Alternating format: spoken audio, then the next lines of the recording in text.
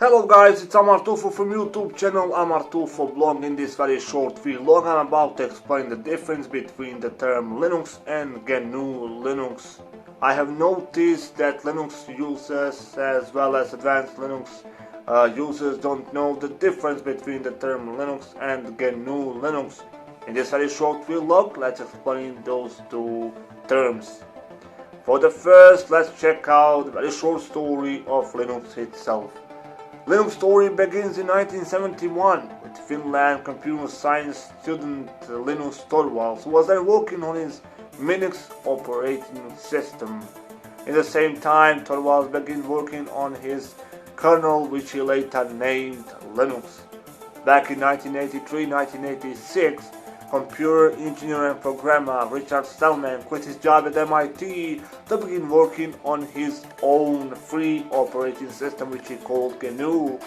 But in order to complete, Stallman requires a kernel, the most important and crucial part of the software, which acts basically like a bridge between OS and the hardware. Stallman developed Emacs, the famous and popular text editor in many Linux distributions, which he used in order to write the parts of his OS. Back in 1991, Linus Torvalds released eventually his Linux kernel online bearing the version 0.1, which then has 10,000 code lines.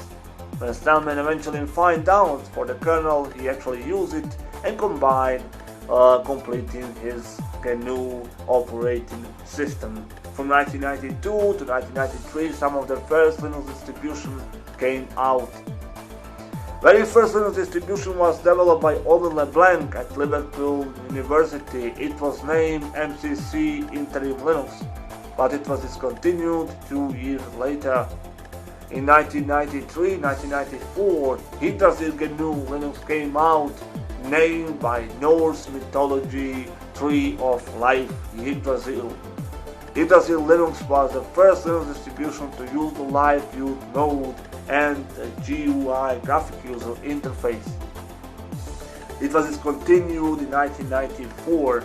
In 1993, the Debian GNU Linux came out, the very first and famous Linux distribution which actually used the full graphic user interface, some of the most important features of today's modern Linux distribution, such as the XDFS file system and so on.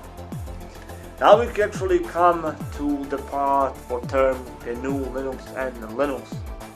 Linux itself is actually written on Unix, a commercial operating system, although it bears the most important functionality, stability, security, Linux file system, as well as the file system hierarchy. Linux is rather different from Unix in dozens of ways.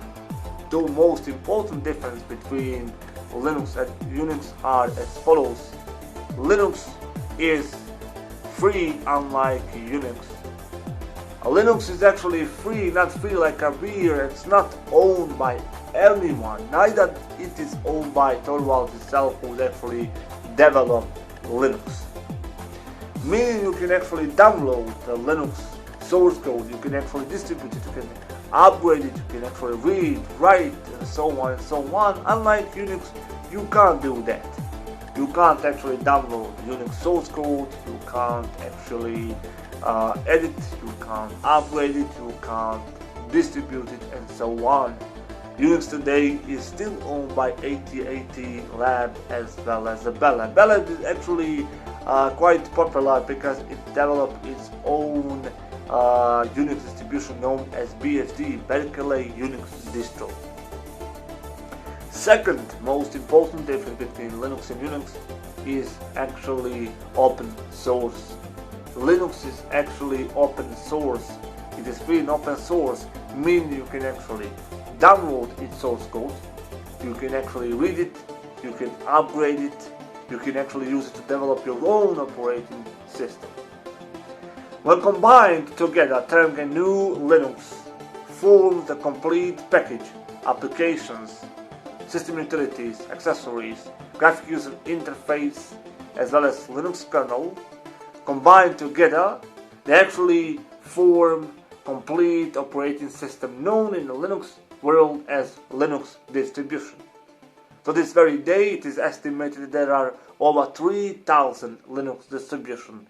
500 of those Linux distributions are in active use, being some of the most popular Linux distributions such as Ubuntu Linux, Debian, Fedora, Manjaro, Red Hat, Linux Mint, Linux Lite, Elementary, Puppy, and many more. OpenSUSE, I forgot, and so on and so on.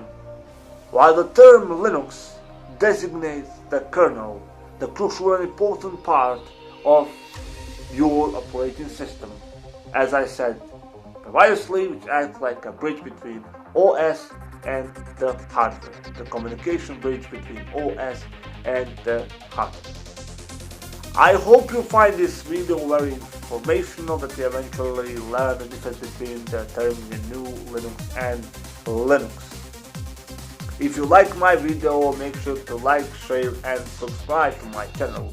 Leave the comments down below and write me in the comment section on the next theme you want to actually see on my YouTube channel or some Linux distribution review. I will gladly reply to your response and actually prepare the video for the next time. Till then, I see you next time.